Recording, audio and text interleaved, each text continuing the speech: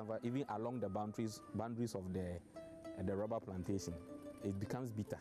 You can't use it. So I don't think you can plant any other food crop in a rubber plantation, no. That is the challenge that Isikasu, a small farming community in the eastern region, is facing now. Food insecurity as cocoa fields are destroyed to make way for rubber plantations. This community is inhabited by farmers, more than 10,000 of them. Over the last 1 year, cocoa output from the community has dropped by more than 50%. This followed the destruction of thousands of acres of cocoa farm fields to make way for the planting of rubber trees. We do any bubu as I see or moduli at home, or modulas as getting to 2,000 plus hectares. More than 2,000 hectares of farmlands have been destroyed. Half of that was cocoa. About 1,000 farmers have been victims of this destruction. I walk through some of the vast fields in the bushes of Isikasu. What I see are uprooted cocoa trees. I see the pods hanging lowly on them on the ground. I walk on tree stumps and leaves of the uprooted cocoa trees. No Isikasu tree can be found over there, or are demolished from the land. What has been demolished? The cocoa farms have been demolished from the farm, from all the farms, and they have planted new rubber plantation over there. So when you go there, you see only rubber plantation. You see nothing but rubber plantation. I meet frail-looking 63-year-old Daute lying on plantain leaves somewhere in the deep bushes there. His 5-acre cocoa farm, on which he had grown other crops as well for the last 30 years, was destroyed in the year 2017, leaving him with no property to hand over to his children and grandchildren. As secretary of the Cocoa Farmers Association explains, plans are underway to cut down a lot more cocoa trees in the area. The Ghana Rubber Estate Limited, GRIL, has acquired thousands of acres of land around here from a disputed chief in the area for the rubber plantations, majority of which are cocoa lands. Some rubber company who have come to acquire a land over here. All the land around us, they say they have bought it from the chiefs. So they are destroying all cocoa farms and any other product on the land. Plantain, coconut, orange, and everything on the land they are destroying, including our foodstuffs, maize and cassava and anything on the land, they are destroying it. Usually, because cocoa trees yield pods seasonally, farmers would plant food crops between their fields. They rely on this to feed their families until the cocoa harvest season is due. Growing rubber on the field will not allow the farmers to plant food crops in between, because it sucks virtually all the nutrients in the soil, and also because of the pungent smell it emits during harvest. As a result of this, Chief of Isikasu, Berima Kwabna Tando, says the community is struggling to feed itself.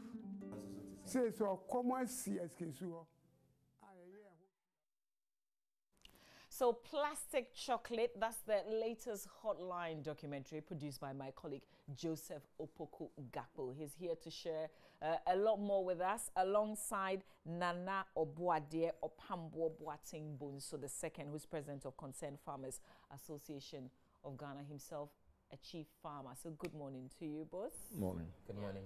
I've got to welcome you, Nana. As for Joseph, you're home. So Joseph, you went around to on this particular documentary. First of all, how extensive, widespread is this? So mainly in the eastern region, the western region, and part of the Ashanti region.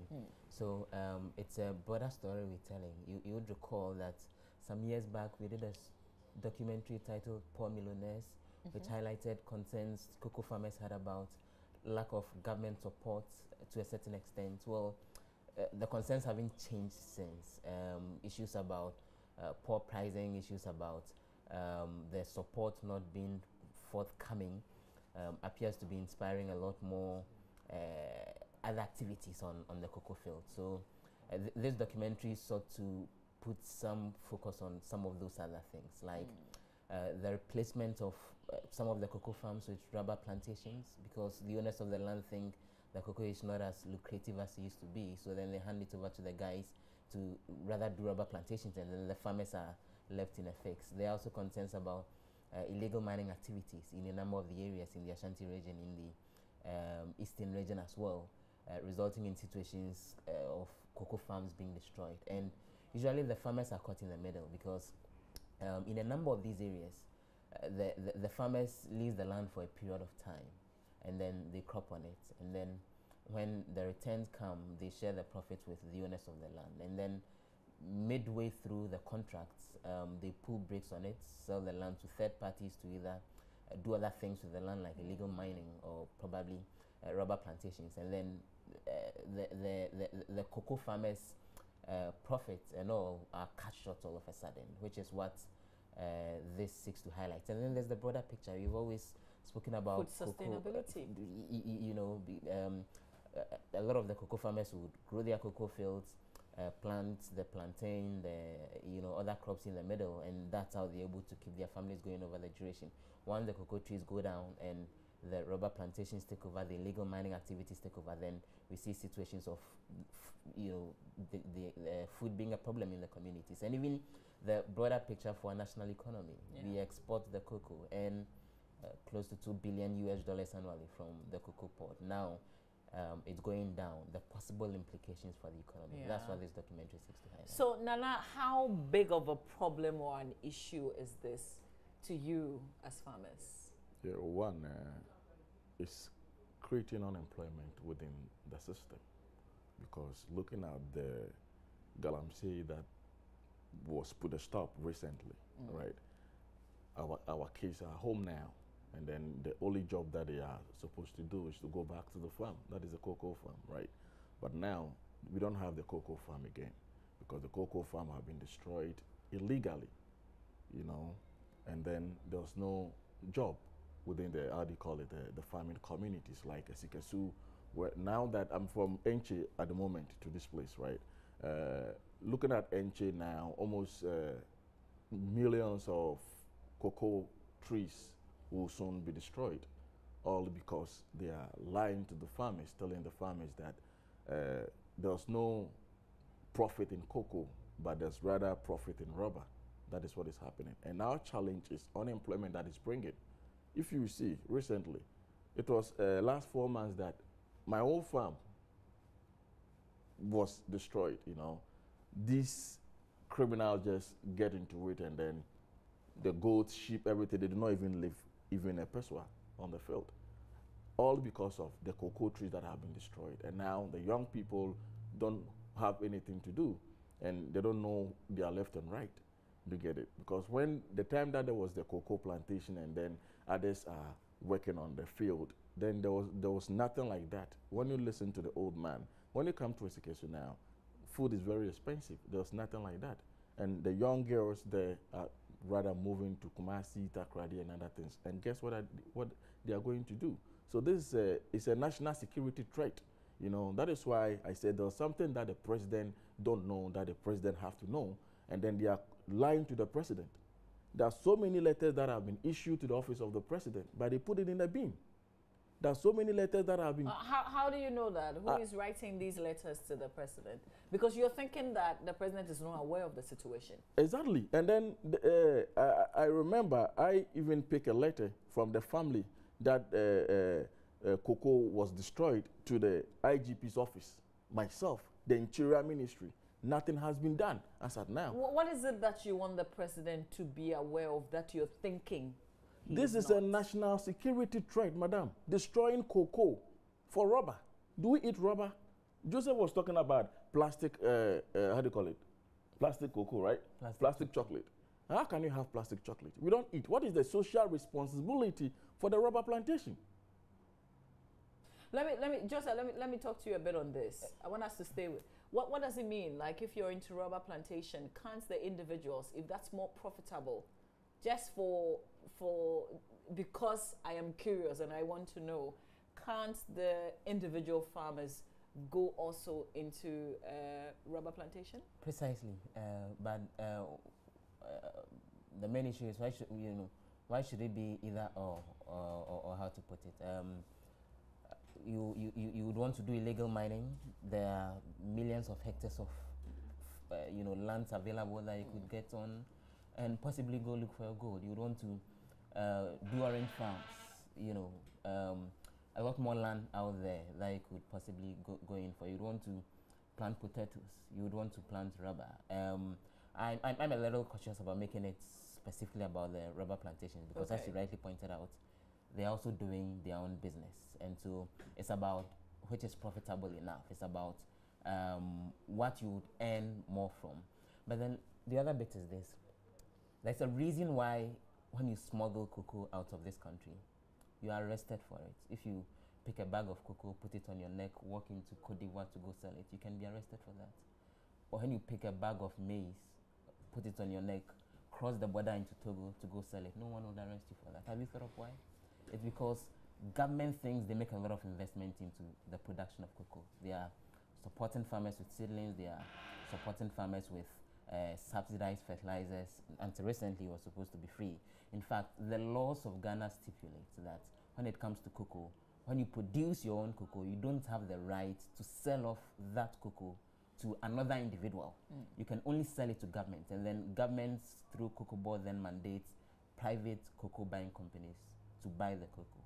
An indication that even at the level of government, there is some level of importance that they put on the cocoa pod. Definitely. The other bit is this: when it comes to the growing of cocoa generally, government sells it and eventually gives the farmers like 70% of the cost on it and keeps the 30% as money that's going to support the budget. And then out of that, the government then promises them that we'll give them subsidized fertilizers, we'll give them free seedlings and all. What we're seeking to highlight is this: the farmers are making the point and the landowners are making the point that they are not earning their due that they would want from the cocoa pod. And that's why I was drawing attention to the earlier conversation around Poor Millionaires, the first documentary that we did. The cocoa farmers, the owners of the land, think the necessary returns are not coming from the investment that they are making into the cocoa pod, which is why they are allowing it and letting it go for other activities, like the rubber plantations, like the illegal mining activities. Someone needs to fix that problem, and obviously it goes back to cocoa board. Sometimes it becomes a difficult conversation to have because the point is made that the guys at Cocoa Board earn huge sums of money, pay themselves 13-month salaries, while the ordinary cocoa farmer suffers. That gap needs to be closed to a certain extent. I'll come to what officials have been saying, because you couldn't have done this without getting the views of those who sit at the top, really. But Nana, so what are you hoping? What do you want changed? What do you think from where you sit can be the intervention here?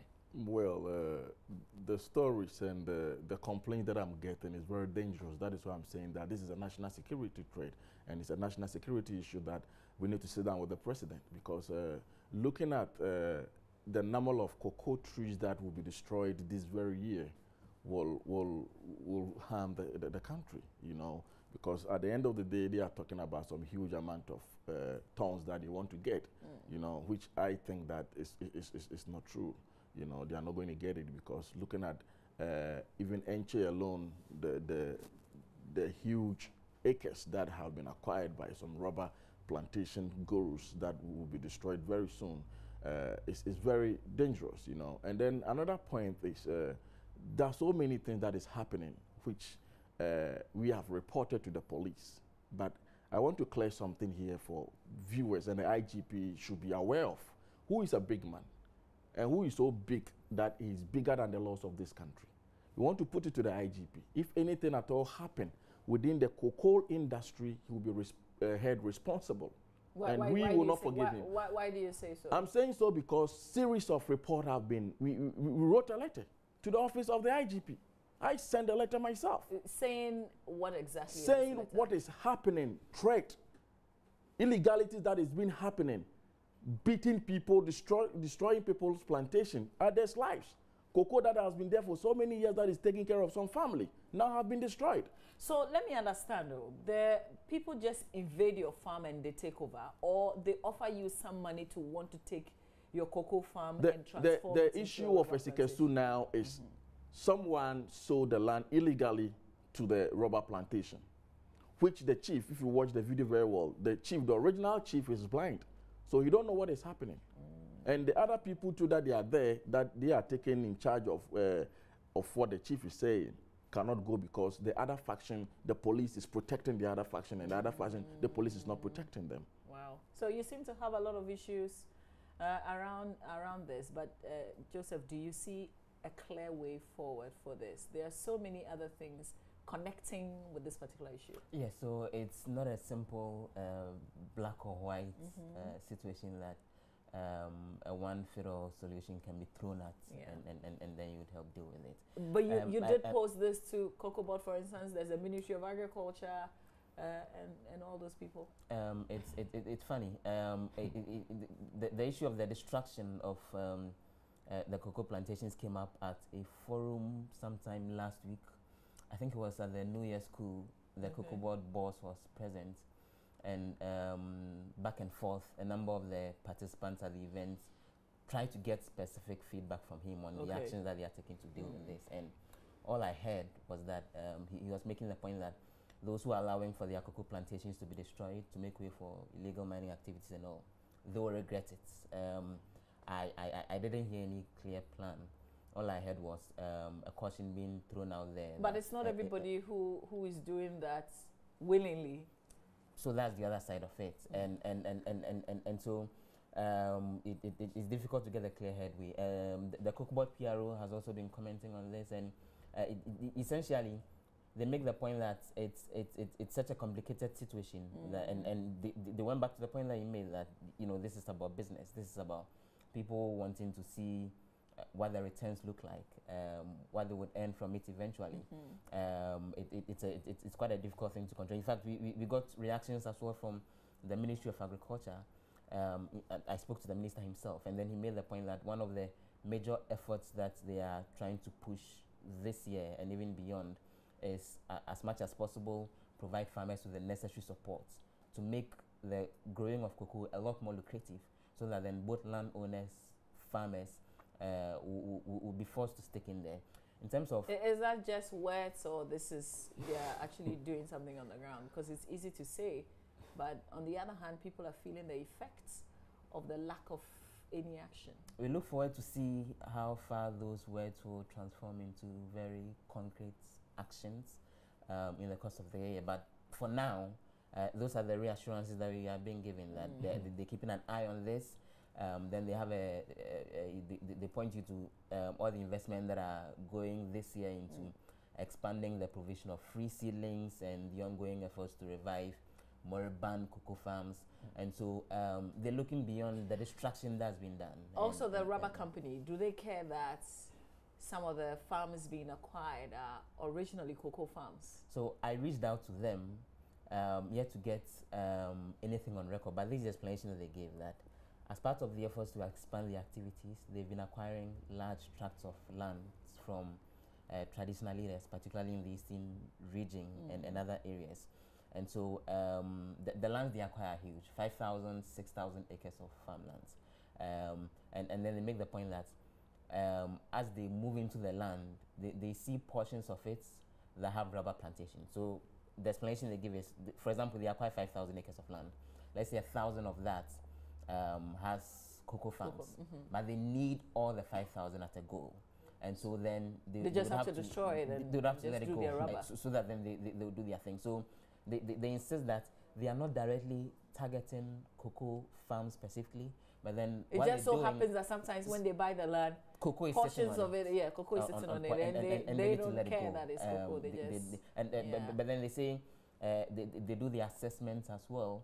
That's the explanation they give, and that when they realize that the cocoa farm densities there are quite huge, and that it may cause a negative effect on the communities and all, then they backtrack. So they insist that there are areas that they've been to that, because of the huge volumes of cocoa farms on the land, they've backtracked and not gone ahead to destroy. It's those that they are convinced that it's just a little of it compared to the amount of land that they want. And to ask the question, as I was making the point earlier, why don't you target lands without any forms of farms on it? And the point is that with the distraction that we've seen, here the focus is on cocoa, but it goes beyond that. All palm plantations, orange farms and all.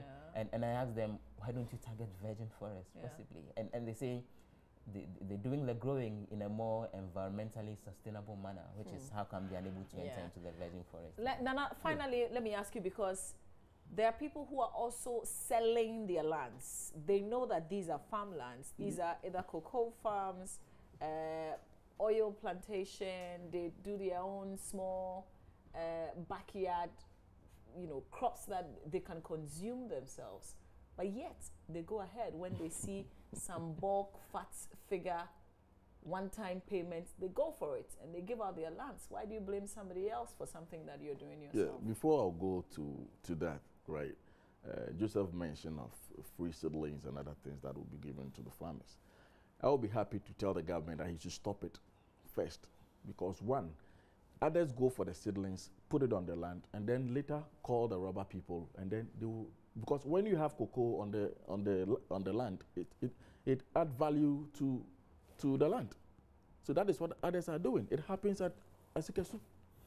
Oh, then they will give it out for a lot more money, because exactly, because when they destroy, say that I have cocoa on the land. Exactly, so government shouldn't rush at all. And another point is, he said they went for New Year school and then he met the CEO and other things. I personally have called the CEO on my phone. Of Cocoa Board? Of Cocoa Board, thinking that he will return my call. Nothing has been done. I called Hackman Owusu-Adjumah, telling him that this is what is happening. That's the chairman of the board of Cocoa I've called the two people. Hackman said he knew nothing about what is happening. And I said, this is what is happening. Nothing has been done. So it's like they don't care. They know of the situation. They want something to happen before maybe they'll bring police and other things. I have been calming people down. If they know the number of amount of money that I have spent with this kind of problem that is happening in this country, like I think they will do something about it. And another point is, you are talking about individuals having their farm and they want to sell it. I don't have a problem. The problem is, rubber plantation is good for mining areas, place that is mined already, because the plant itself needs this, the cyanide and other things. When you plant a rubber within this environment, it helps to take the toxic out of the land. Okay. So I'm suggesting that we have so many places that have been destroyed with this kind of galamsees and other things. Why is it that you will not go to that place rather? But rather destroying, a cocoa plantation? And there's a point that the Cocoa Board have to change, because these laws, I don't think it is clear. Because the tree that is giving you the beans, when you cut it, there's no problem. But when you smuggle the beans, there's a problem. Then we have a problem. Okay. Then everybody will destroy. Then we are going to destroy all cocoa plantation in this country and see that if the government will get money. But this is just, Joseph, this is just the beginning of this conversation, because the full documentary airs later today. At 6:30 and then a repeat at 8:30, and then tomorrow at 6:30 and a repeat at 8:30. But very briefly, two stories stand out that really break my heart. There's a story of how, in the effort to take over lands in one of the areas, Esiam in the eastern region, a gentleman was shot in the process. His legs are badly damaged. I understand the matter was reported to the Suhum police. They've no money to get to the bottom of the matter. His leg is getting rotten. It is a terrible situation. We'll see it in that. And then there's another family. They had their cocoa farms destroyed. The woman eventually collapsed when she got to the farm and saw that the plantations had gone down. She's been in shock, and till date, this happened early last year. More than a year, she struggles to pass urine, she struggles to eat. They need to lift her to walk off. Those bits of the stories as well are featured in the documentary. It goes beyond just the destruction of their plantations. It's affecting real lives of real people. Human-centered stories. All those. And we will come back and have a conversation after we air the two documentaries, because we definitely need some solid answers, not just somebody telling us that, yeah, we're looking into it, or we are not aware, you've now brought it to our attention. That is not enough. We're going beyond that. So Nana, thank you so much. I feel just a little bit of that passion that you feel. You are the center of it, so we're not letting this go. We're definitely going to do fine, a follow-up. you know. And you have a fine gentleman who is deep-rooted in agriculture. Sure, but I have something small real to say. quick. Yeah, the government is talking about planting for food and jobs to help bring unemployment in this country. Destruction of the cocoa plantation. How can you even tell the young people to go into cocoa farms? Good question. If they are destroying cocoa and you are not saying anything about it, and then they are saying that there's some big men behind this, so they can't arrest them, then what is happening? What is really happening? Good question. I am super hopeful that by the time we're done with these two documentaries that airs later today at 6:30 p.m. and then tomorrow, because we're doing radio and television, we would get the answers that we're looking for. But thank you so much for sharing. Joseph, we'll see you later tonight in that documentary. Thank you.